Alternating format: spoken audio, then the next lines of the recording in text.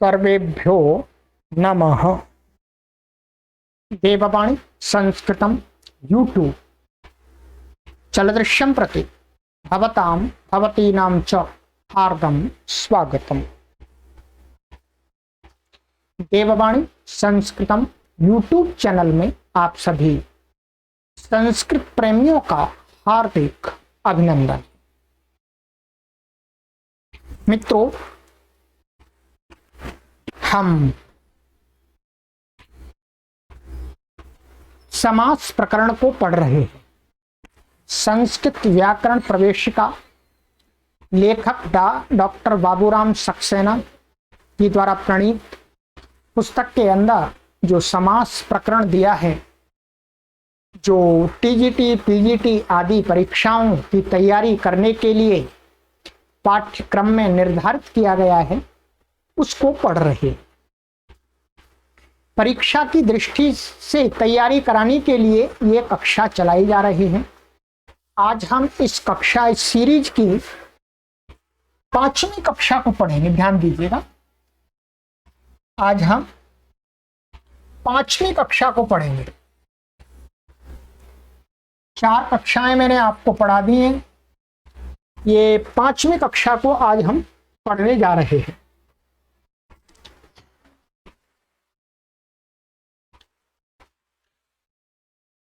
Playlist में एक column बना दिया गया है, टीजीटी पीईटी समास प्रकरण डॉक्टर बाबूराम सक्सेना, इस नाम का एक कॉलम है।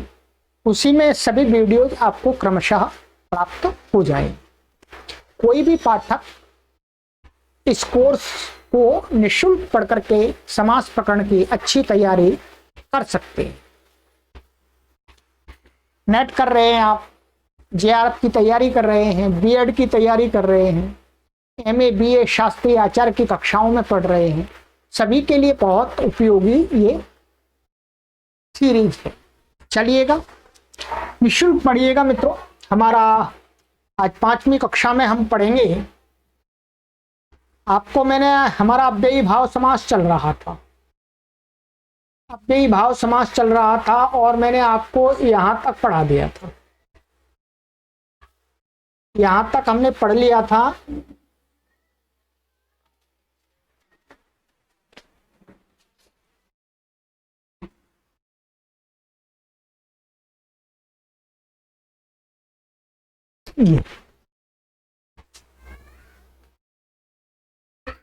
ये पढ़ लिया था हमने। उपसारिता माने टच प्रत्यय आदि का जो विषय चल रहा था कि टच प्रत्यय कहीं नहीं होता है, कहीं होता है, इसका हमने पढ़ रहे थे। ठीक है, यहाँ तक आपको मैंने पढ़ा दिया था कि झय प्रत्याहार का कोई वर्ण अंत में आ जाए तो समासांत टच प्रत्यय विकल्प से होता है, एक बार होता है, एक बार नहीं होता। पिछली कक्षा में आपको ये तक पूरा कंप्लीट करा दिया था। और नीचे यहाँ पर सूत्रों का निर्देश किया है इन्होंने कि जो ये बात बताते हैं वो वह भाव वह सार किसका है? महर्षि पाणिनि के इन सूत्रों का है। सूत्र आपको अभी नहीं पढ़ने हैं। यदि जिनको सूत्रों की पढ़ने की इच्छा है तो उनके लिए हमने अलग से पढ़ा दिया है और पढ़ा रहे हैं। अष्टाध्यायी महाभाष्य का जो एक सीरीज चल रही है उसमें ये सूत्र भी पढ़ाए गए हैं। यदि आप गहराई से पढ़ना चाहते हैं तो फिर उस सीरीज में पढ़िएगा। यहाँ पर परीक्षा की तैयारी की दृष्टि से ये पढ़ाई जा रही है। अब इसके आगे नंबर 3, नंबर 4 में हम देखते हैं यहां पर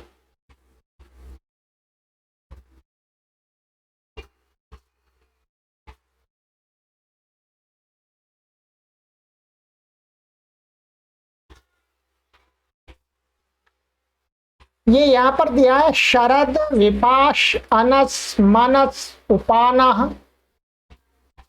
अनडुह दिव हेमवत दिश दृश्य विश्व चेतस चतुर तद यद कियत जरस, ये शब्द दिए हैं और ये बताना चाह रहे हैं कि इनमें आकार अवश्य जोड़ दिया जाता है। जब इनमें से कोई भी शब्द अव्ययी भाव समास के अंत में आए। अव्ययी भाव समास करेंगे दो शब्दों का, अंतिम वाला कोई भी शब्द इनमें से आए अव्ययी भाव समास में, तो क्या करना है, इन सभी के पीछे आ जोड़ देना है। क्या कर देना है, आ जोड़ देना है। और आ जोड़ने के साथ साथ मतलब सब में आ जोड़ दिया जाता है। ये शारद दकारांत है तो ये क्या है, अकारांत बन जाता है? क्या बन जाता है, शारद ऐसा बन जाता है। सब में आ जोड़ देते हैं, सभी हलंत हैं, सारे पूरे अकारांत बन जाते हैं।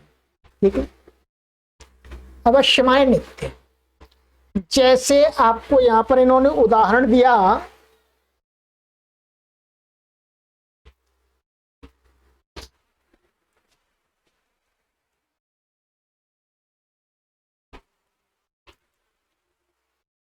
जैसे मानिएगा उपशरदम, यहां पर क्या है, उप प्लस शरद, इनका अव्ययी भाव समास हो गया है।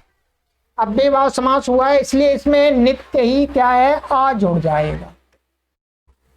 आ जुड़ जाएगा तो क्या बन जाएगा, उपशरद। और नपुंसक लिंग एक वचन में इसका रूप हो जाता है। ठीक है, एक वचन, तो उपशरदम ऐसा बन गया है।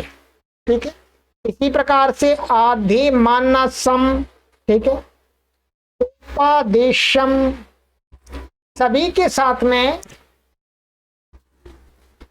यही स्थिति होगी जहां जहां दिखता है। ये अव्ययी भाव समास में हलंत नहीं रहते हैं, अकारांत होकर के नपुंसक लिंग एक वचन में बन जाते हैं।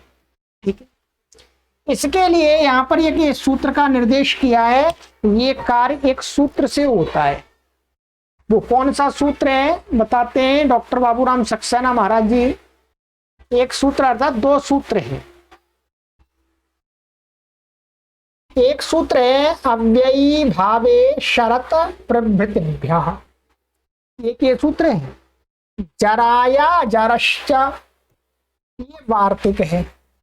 ये सूत्र हो गया, इसी पर ये एक वार्तिक है, जराया जरश्च।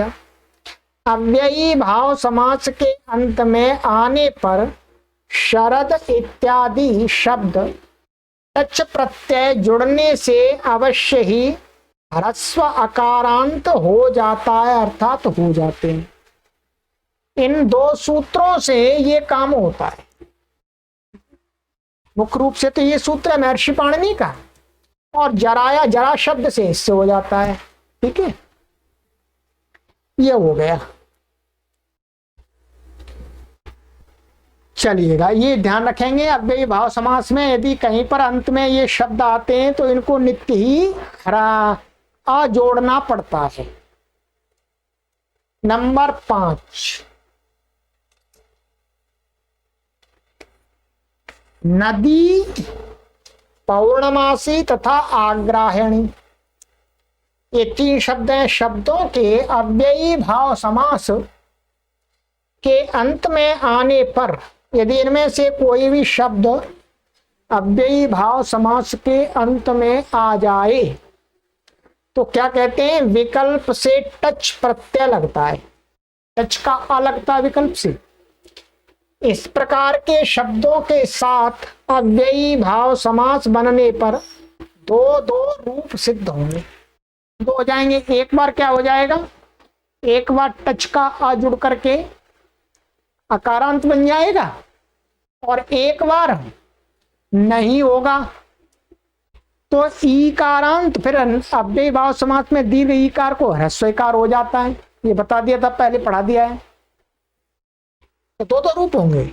उपा प्लस नदी, इनका समास कर दिया तो क्या बन गया, उपा नदी। यहां पर आ नहीं हुआ, विकल्प से करता है। यहां पर क्या हो गया, उपनदी होकर के, और जो पहले नियम लगाया था कि अव्ययी भाव समास में अंत में यदि दीर्घ ईकार है तो उसको ह्रस्वीकार हो जाता है। तो यहां पर दीर्घ था, ये ह्रस्व हो गया, उपनदी। जब अ जोड़ देंगे, अ जोड़ देंगे तो क्या हो जाएगा, उपनदम। तो नदी के ई का लोप हो जाता है, टी का लोप हो जाएगा, तो क्या है, उपनदम बन जाएगा। टी का लोप नहीं होगा, वैसे यहां पर ई का लोप हो जाएगा, ऐसा कहिएगा, ठीक है। ऐसे ही उप पौर्णमासी, तो पौर्णमासी का उप के साथ हो गया, तो ये ह्रस्व होकर के उप पौर्णमासी है, ह्रस्व हो गई। और जब आकार हो गया तो उप पौर्णमासम, नपुंसकलिंग एक वचन हो गया। उप आग्रहायणी, ठीक है, क्या उप आग्रहायणी। तो अब इसके भी दो बन जाए, उपाग्रहायणी, ठीक है, उपाग्रहायणी और उपाग्रहायणम, ठीक है। ये ध्यान रखेंगे, यहां पर ह्रस्व होने के बाद में विसर्ग नहीं आता है, ठीक है। और ये सभी शब्द क्या है, नपुंसकलिंग है, चाहे ह्रस्व कारांत हो चाहे अकारांत हो, सभी नपुंसकलिंग हो जाते हैं, ये बताया गया है, ठीक है। तो ये तो आपको ये, इसके लिए भी एक सूत्र है, नंबर 2 पर लिखा हुआ है यहां पर टिप्पणी। ये कार्य भी सूत्र से होता है, ये सूत्र है इसके लिए, नदी पौर्णमास्याग्रहायणीभ्यः, 5वें अध्याय के 4थे पाद का 110वां सूत्र है। ये करता है कि नदी शब्द, पौर्णमासी और आग्रहायणी शब्द, तीनों शब्द पड़े हुए हैं, ये अव्ययीभाव समास के अंत में होंगे तो विकल्प करके आ जुड़ जाता है, टच प्रत्यय विकल्प से होता है, ठीक है। ये सूत्र करता है।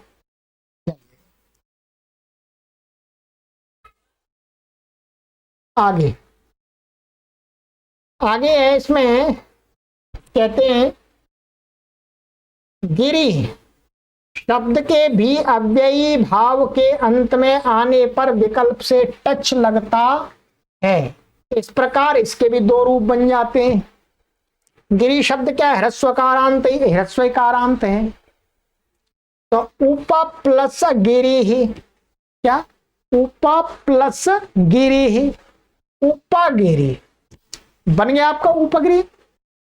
अब ये क्या है, यहां पर नहीं हुआ तब का है, जब हो गया तो ई का लोप हो जाएगा, अ जुड़ जाएगा तो उपगिरम बन गया, 2 रूप बन गए।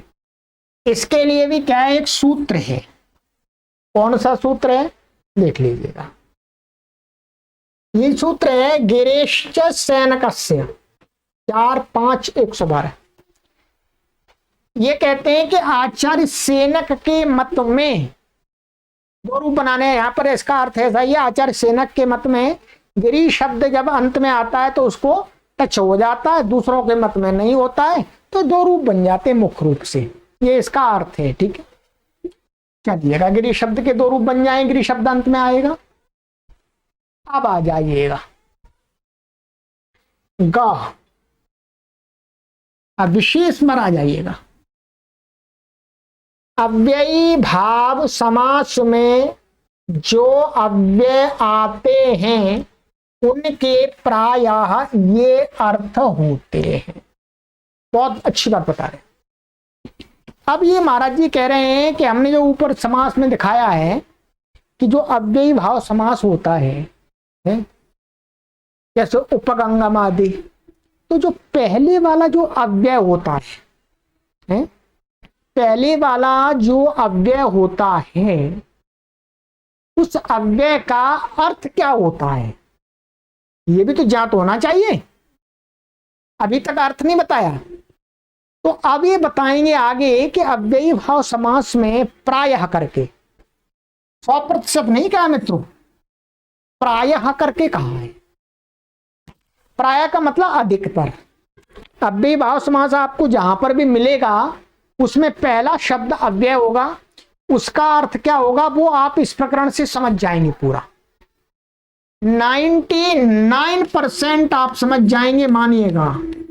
1% छूट भी गया तो क्या परेशानी है, इतना तो मालूम हो जाएगा आपको कि अव्ययी भाव समास में जो पहला अव्यय शब्द होता है वो किस अर्थ में प्रयोग हुआ है, ये आपको इससे आगे वाले से मालूम हो जाएगा। ठीक है, इसके लिए महर्षि पाणिनि ने एक सूत्र बनाया है, उस सूत्र का ये व्याख्यान कर रहे हैं। ठीक है, सूत्र यहाँ 4 टिप्पणी लिख करके इन्होंने दिया है, आप सूत्र को देख लीजिएगा। सूत्र आपको पढ़ना नहीं है, केवल उसका भाव समझना है।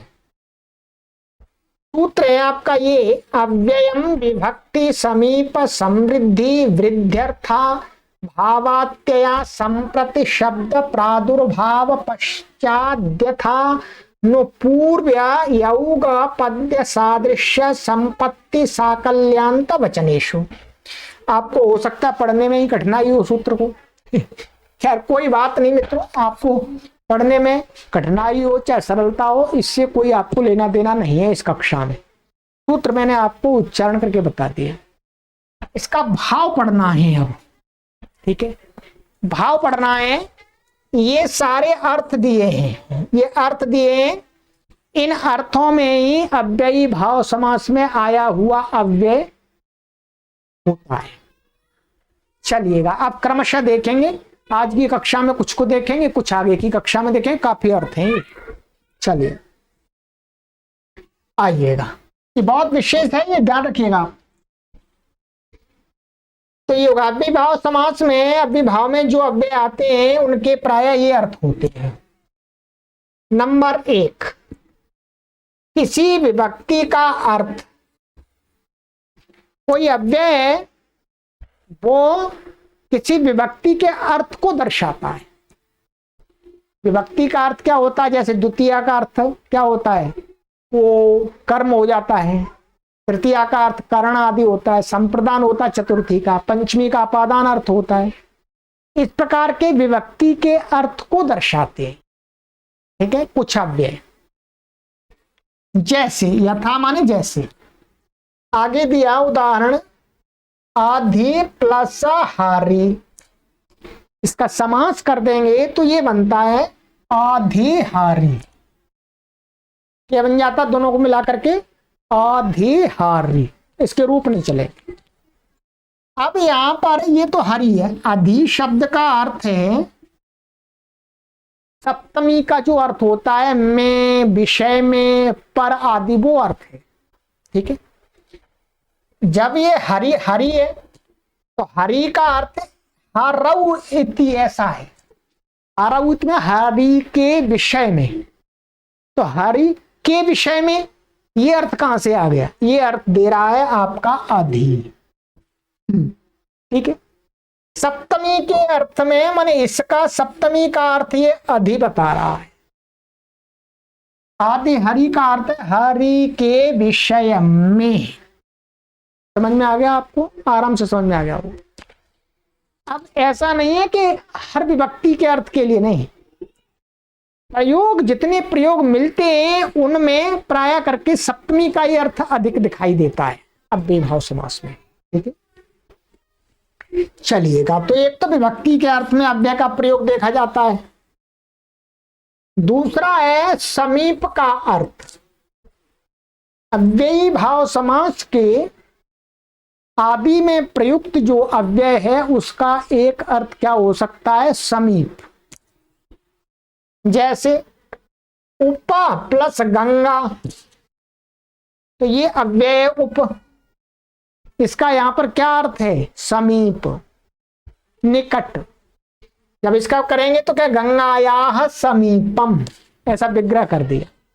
समास होकर के उपगंगम बन जाता है। नियम पहले बता दिया था, दीर्घ को आ को ह्रस्व आ हो जाता है और नपुंसकलिंग एक वचन में रूप बनता है।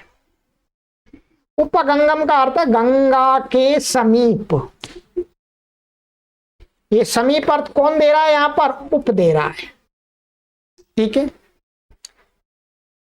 ये हो गया। इसी प्रकार से कोई भी अव्यय आपको यदि प्रयोग हो रहा है तो हमें देखना पड़ेगा कि प्रसंग के अनुसार उस अव्यय का क्या अर्थ हो सकता है।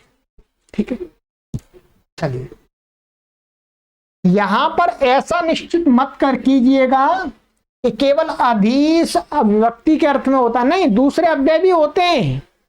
समीप के अर्थ में दूसरे अव्यय भी होते हैं, केवल उप ही नहीं है। यहां तो केवल उदाहरण मात्र आपको दिखाएगा। ठीक है, नंबर 3, समृद्धि का अर्थ कहीं पर अव्यय का अर्थ समृद्धि का होना ये भी दर्शाता है, प्रकट होता है। यथा जैसे सु प्लस मद्र, ये उदाहरण बनता है इसका सुमद्रम, तो इसका अर्थ निकलता है मद्राणाम समृद्धि, मद्र देश के वासी लोगों की समृद्धि। माने मद्र देश प्राचीन काल में था, वो लोग धनवान थे, धनाढ्य थे, वो धनाढ्य थे, तो उनकी संपन्नता। तो सु अव्यय है, सु का अर्थ है यहाँ पर समृद्धि, ठीक है। मद्र देश की समृद्धि का है, मद्र देश की भी कह सकते हैं। मद्र देश का अर्थ है मद्र देश में रहने वाले लोगों की समृद्धि, वही तो बात है, एक ही बात है, ठीक है। तो मद्र देश की समृद्धि अर्थात मद्र देश में रहने वाले लोगों की समृद्धि। चौथा अर्थ क्या हो सकता है? वृद्धि। इसको उच्चारण में काफी दिक्कत होगी, पर आप अभ्यास करेंगे। वृद्धि, वृद्धि ऐसा बोल दिए, वृद्धि, वृद्धि। एक तो वृद्धि अलग होता है, यह वृद्धि, ठीक है। तो वृद्धि का अर्थ होता है नाश अथवा दरिद्रता, ये प्रकट करता है कहीं कहीं पर अव्यय भाव समास का अर्थ। जैसे दुर यवन, तो दुर अव्यय यहां पर, दुर का अर्थ है यहां पर दरिद्रता, नाश। यवानाम वृद्धि, यवानाम वृद्धि का अर्थ है दुर यवनम, यवों का, यवों की माने यवन, यवना नाम, यवना नाम है, ठीक है। यवानाम नहीं, यवना नाम। यवन माने जो मलेच्छ लोग, प्राचीन काल में भारत देश से बाहर रहने वाले लोग, उनको यवन कहा जाता था। तो उन यवनों की दरिद्रता, वो धनवान नहीं थे, दरिद्र थे, दीनहीन थे, लूट मार करते रहते थे। तो यहां पर ये दुर का अर्थ क्या है? नाश, दरिद्रता, ठीक है। चलिएगा आगे है आपका पांचवा, अभाव। अव्यय भाव समास के अंतर्गत आया हुआ अव्यय अभाव अर्थ को भी कहीं कहीं दर्शाता है। जैसे निर, मशक, निर ये अव्यय अभाव अर्थ को दर्शा रहा है। मशका नाम अभावः, तो मशका नाम अभावः निर्मशकम, मच्छरों से विमुक्त एरिया, और मच्छरों का अभाव अर्थात जहां पर मच्छर नहीं है तो मच्छरों से विमुक्त। तो यहां पर निर का अर्थ क्या है? अभाव, अभाव अर्थ आ रहा है। चलिए नंबर 6, अत्यंत नाश। अत्यंत नाश का अर्थ है यहां पर बिल्कुल एकदम न होना, ठीक है। जैसे अति हिम, हिमस्य अत्ययः अति हिमम, यहां हिम का अर्थ है ठंड, तो अति का अर्थ है ठंड का बिल्कुल न होना, जाड़े की समाप्ति अर्थात ठंड चली गई, ठंड नहीं है, गर्मी आ गई। मई तप रही है, जुलाई तक, जून तप रहा है, जुलाई तप रही है। तो यहां पर अत्यंत नाश का ये अति का अर्थ है, ठीक है, अति अव्यय है ये। सातवां, असंप्रति।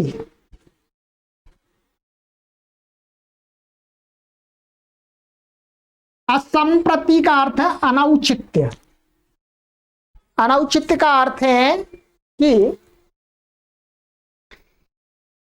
अनुपयुक्त समय, क्या है? जिस समय में जो चीज चाहिए उस समय में उस चीज का न होना, अथवा जो समय है जिस चीज का उस समय वो चीज ना होना, एक ही बात है, ठीक है। तो उस बात को ये अव्यय दर्शाता है अव्ययभाव समास में। यथा, यथा अति निद्रा, अति निद्रा का अर्थ है निद्रा संप्रति न युज्यते। अति निद्रम, निद्रा के अनुपयुक्त काल में, माने जब सोने का समय नहीं है, अर्थात सुबह सूर्योदय का समय हो गया, तब सोने के लिए कहा जा रहा है। ऐसा उस समय में, सोने के समय में विश्राम करना चाहिए, और अब हो रहा सुबह हो गई। तो यहां पर अति शब्द क्या दर्शा रहा है? असंप्रति माने अनौचित्य, माने अनुपयुक्त समय को दर्शा रहा है। ठीक है, और भी अव्यय ऐसे प्रयोग हो सकते हैं। 8वां, शब्द प्रादुर्भाव, शब्द का प्रकाश। शब्द प्रादुर्भाव का अर्थ होता है शब्द का प्रकाश। शब्द का प्रकाश का अर्थ है शब्द की प्रसिद्धि। किसी भी शब्द की प्रसिद्धि माने शब्द प्रसिद्ध हो जाते हैं, जैसे आर्य शब्द प्रसिद्ध है, द्रविड़ शब्द प्रसिद्ध है, संस्कृत शब्द प्रसिद्ध है, इस प्रकार से प्रसिद्धि। तो ऐसा अर्थों में भी प्रयोग होता है। इतिहारी, तो इति शब्द का अर्थ है हरि शब्द की प्रसिद्धि।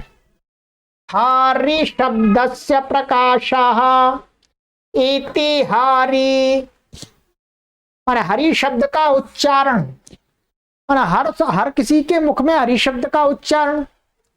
या प्रकाश का अर्थ ये भी ले सकते हैं आप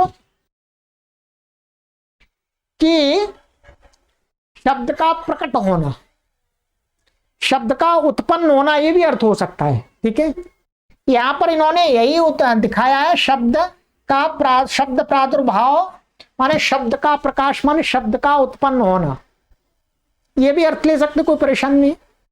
तो हरि शब्द का उच्चारण, हरि शब्द का उत्पन्न होना, तो यहां पर ये उत्पन्न उच्चारण, ये शब्द किससे आ रहा है? अर्थ किससे आ रहा है? इति से आ रहा है। इति क्या है? यहां पर अव्यय है। ठीक है, 9वां आइएगा। 9वां अर्थ है पश्चात। क्या? पश्चात। अव्यय भाव समास के अंदर प्रयुक्त अव्यय का अर्थ पश्चात भी हो सकता है। जैसे यथा, जैसे अनु विष्णु, अनु अव्यय है यहां पर,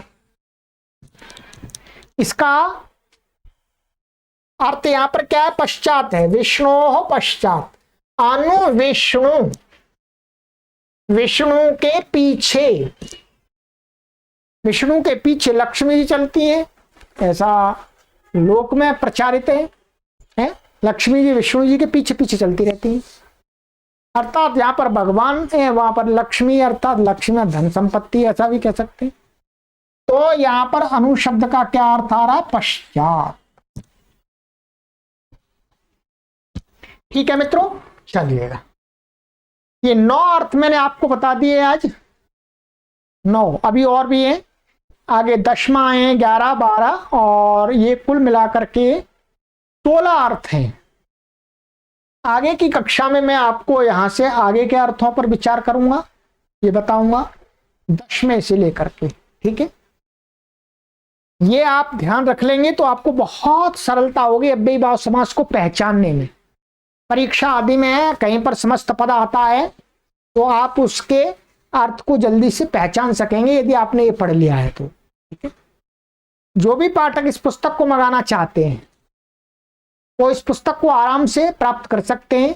व्हाट्सएप नंबर पर संपर्क करके प्राप्त कर सकते हैं, अथवा वीडियो के डिस्क्रिप्शन में देववाणी संस्कृतम.com वेबसाइट का लिंक दिया है, उस लिंक पर क्लिक करके आप झट से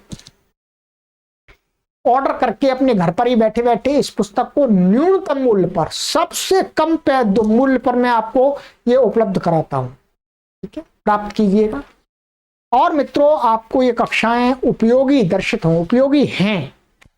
ये महाराज जी बहुत बड़े विद्वान हुए हैं। ठीक है, पर इस पुस्तक को स्वयं नहीं समझ सकते हैं पाठक, इसलिए मैं पढ़ा रहा हूं।